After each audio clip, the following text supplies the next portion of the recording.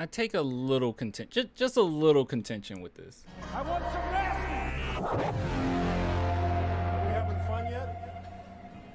Okay, this won't be a long video by any means. This is more of a question that I'm posing to you. I really have a question when it comes to the Spurs offseason. I don't really know. Okay, so let's just go through this. So this is the Athletic, and this is NBA free agency grades for all 30 teams based on moves so far, who fared best. So if we scroll down here, they gave the Atlanta Hawks a B. Sure, you know, weird that Nets and Hornets are just incomplete, that you're just not going to give them anything, even though this is just what's happened thus far.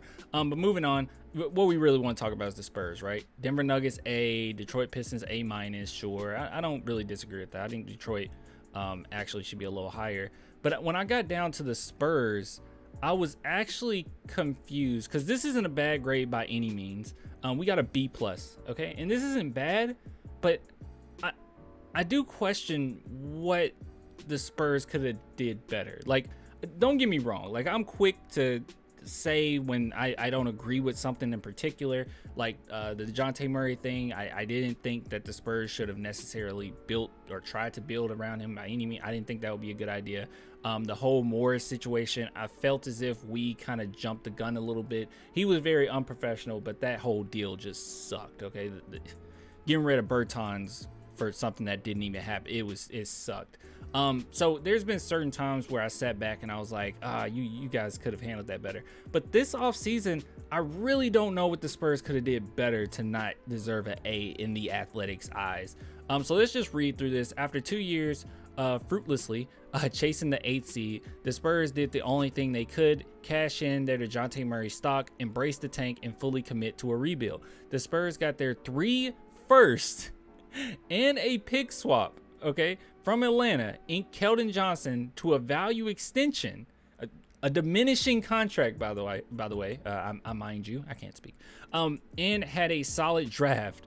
Jeremy Sohan, which I would argue was the best player available, Malachi Branham, which was the best player available, and Blake Wesley, which was the most athletic player in the draft. Look for Jakob, Doug McDermott, Josh Richardson to return more picks by the trade deadline. This team will stink, yes, but it also has a more realistic pathway to being truly good. And I completely agree with this last part. But this right here, I don't know what they could have done better to deserve an A, unless we would have already dealt Richardson, Doug McDermott, and Pirtle. If this is what, if the Spurs wanted to embrace the tank, and that was the whole purpose of their offseason, thus getting rid of DeJounte Murray, they didn't just get 1 first-round pick. They literally got 3 first-round picks and a pick swap.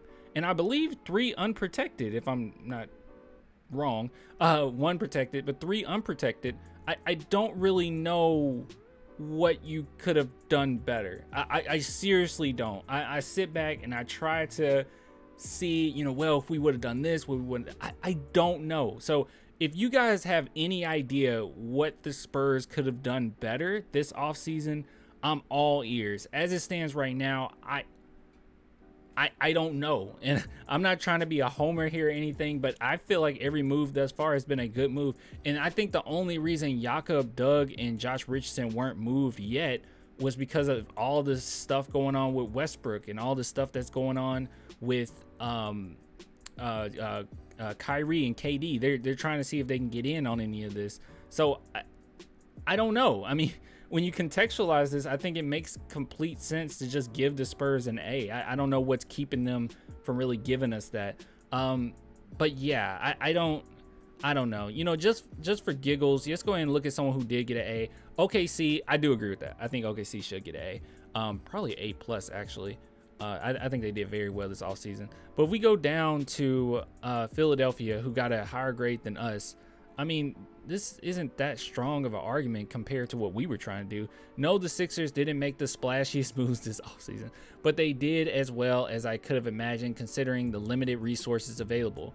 James Harden took a major pay cut in 2022-2023. He did, but he's still making a stupid amount of money, whatever. He is now reunited with both PJ Tucker and Daniel House Jr. because of it. The Sixers were also able to turn Danny Green's contract and the number 23 pick into Anthony Melton.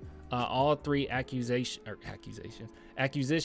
addressed their biggest roster issues: wing defense and depth. There might be more to come, and there's still the question of whether it's enough to get over the hump. But this has been a quietly rock solid offseason in Philly. So, okay, all of this was for the purpose of what they wanted to do, what they needed to do, and they got an A-. But we did the exact same thing for what we needed to do, and we got way more than you could have imagined. It is unheard of to get three first round picks and a pick swap for a player that just became an all-star. An all-star reserve. That is unheard of. It's hard enough to do that with superstars. I just don't get it. I don't understand it. So guys, let me know what you think. I don't know. Me personally, I think we had a phenomenal off season.